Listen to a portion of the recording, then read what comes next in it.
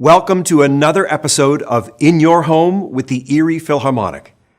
I'm Daniel Meyer, music director of the Philharmonic, and it is my pleasure to introduce you to some of the most fascinating pieces ever written by Russian composers. Whether they chose to remain in Russia or make their careers elsewhere, there seems to be a thread that binds Russian composers over the centuries. And I hope you'll hear some of those connections as we go along. Let's start with arguably the greatest of all Russian composers, Tchaikovsky. In 1880, Tchaikovsky wrote to his friend Nadezhda von Meck that he had just completed an overture to honor Tsar Alexander II. In describing this piece to her, he said, "The overture will be very loud and noisy, but I wrote it without any warm feelings of love, and so it will probably be of no artistic worth." Not exactly a ringing endorsement of his own composition. That overture, by the way, was his now famous 1812 overture, which you're likely to hear virtually every Independence Day here in the United States, if your celebration involves an orchestra concert. But Tchaikovsky went on to describe another piece that he was writing at the very same time as the 1812 overture. He said, "The Serenade, on the contrary, I wrote from inner compulsion. This is a piece from the heart, and so I venture to say it does not lack artistic worth." Well, I believe this next piece far exceeds Tchaikovsky's modest estimation. It's one of the most beautiful and brilliant works for string orchestra that we have. Its four movements are filled with invention, memorable melodies, and a rhythmic vitality that leaps off the stage. So, let's begin our program with the second movement of Tchaikovsky's Serenade for Strings. It's titled Waltz.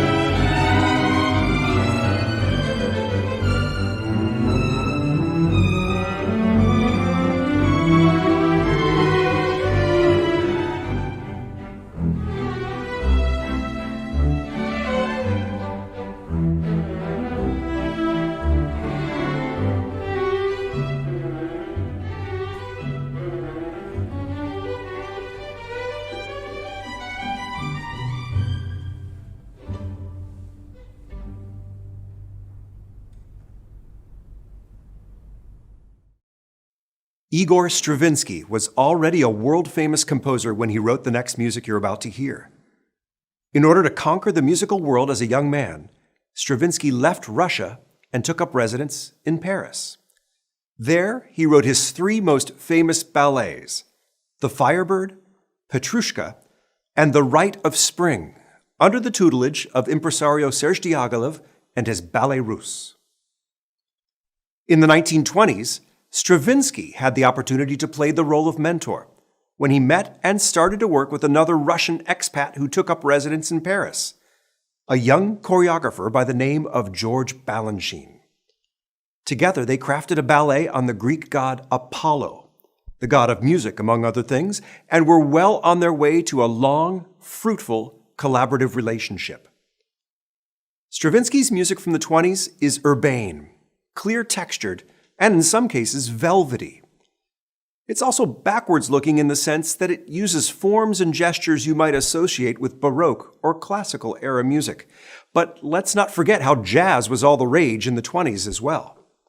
So when you hear this music Stravinsky wrote for Apollo, you'll understand how exciting it must have been for Balanchine to develop a whole new language in ballet, fusing his ideas of how to meld classical Russian ballet tradition with the fresh spirit and sophistication of the jazz age. Let's listen to the last three movements from Stravinsky's ballet first danced in 1928, titled Apollo.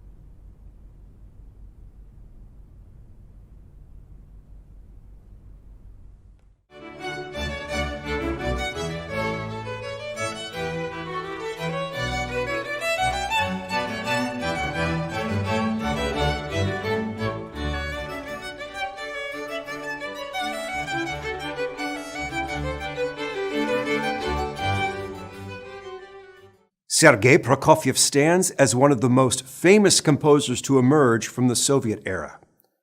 Unfortunately, in 1949, when Prokofiev wrote his cello sonata, most of his music had been banned from the concert stage. Prokofiev was accused of formalism, and he wrote this work not knowing if it would ever see the light of day. It probably helped that the two musicians slated to perform the sonata were none other than cellist Mstislav Rostropovich and pianist Sviatoslav Richter, two of the giants of the 20th century.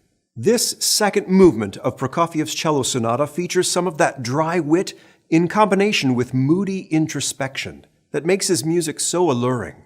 It begins carefree, with crisp notes from the piano and plucked notes in the cello. Then the music turns on a dime and sings with an earnest tenderness. In other words, predictably unpredictable Prokofiev. We now feature our own principal cello, Erica Snowden-Rodriguez, together with pianist Nathan Hess, in a performance of the second movement of Prokofiev's cello sonata.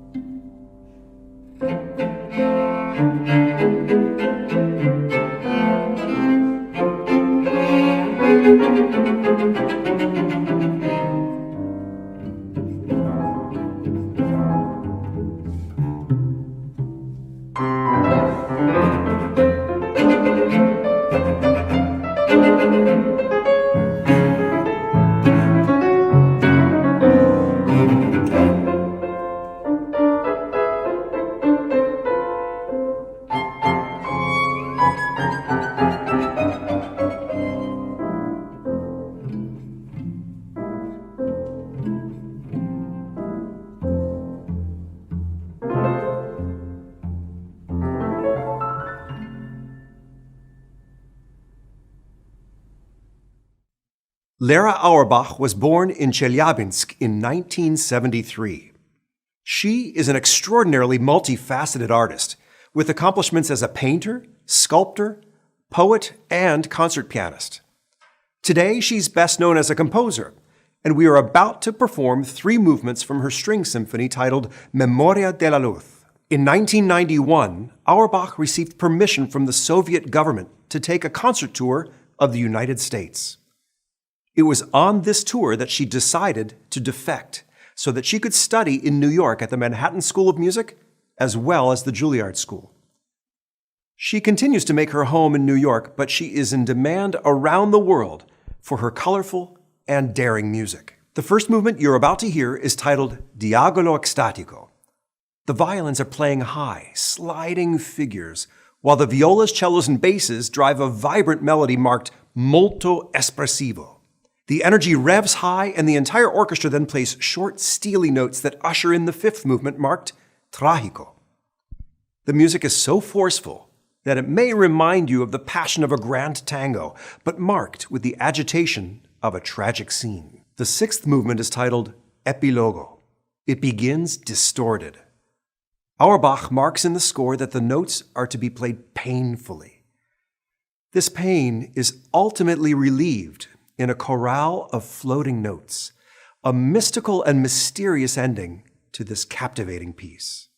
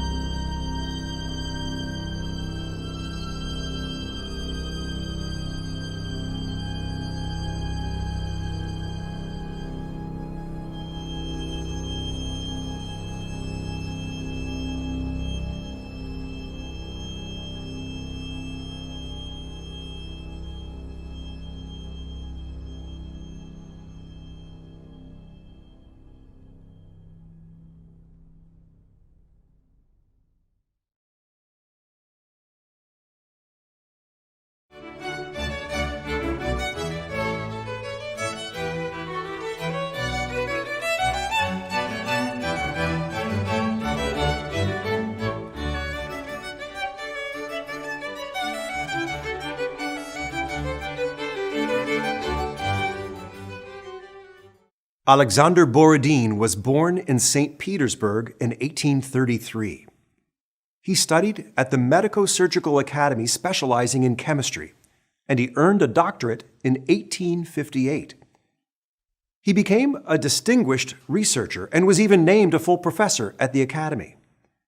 His fame among chemists comes from his work on aldehydes. So, why on earth are we talking about him on this program? Well, Borodin was also a composer in his spare time. He wrote chamber music, symphonies, and even a full-length opera that is still performed to this day. Borodin lives in that rarefied group of composers whose day job paid the bills and whose hobby brought him immortality. You're about to hear the famous Nocturne from his String Quartet No. 2. If you're a fan of classic Broadway musicals, the main tune may sound familiar to you. This melody was borrowed from Borodin's Nocturne to become the song "And This Is My Beloved" from Kismet. Here is that famous Nocturne from Borodin's Second String Quartet, with Emily Cornelius and Jonathan Mosier violins, Esther Naum viola, and Erica Snowden Rodriguez playing cello.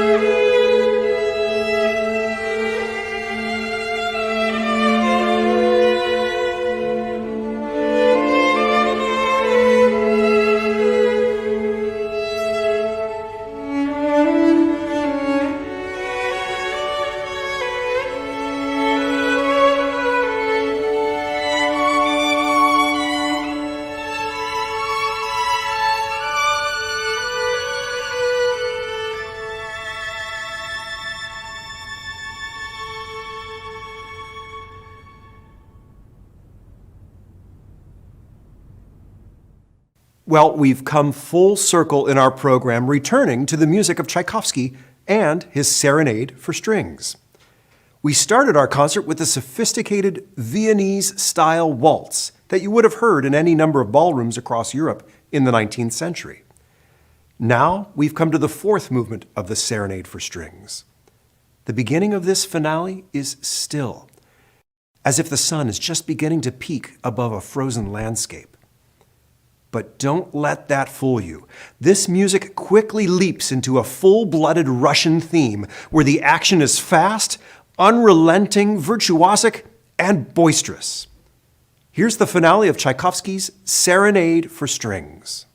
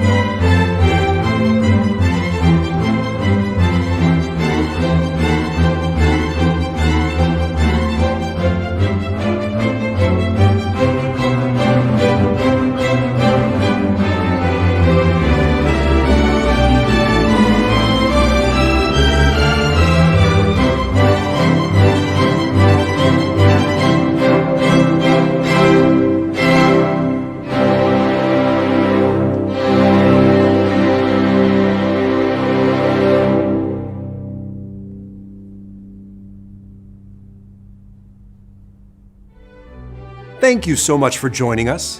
We hope you've enjoyed listening to some of the wonderful music Russian composers have created for the strings.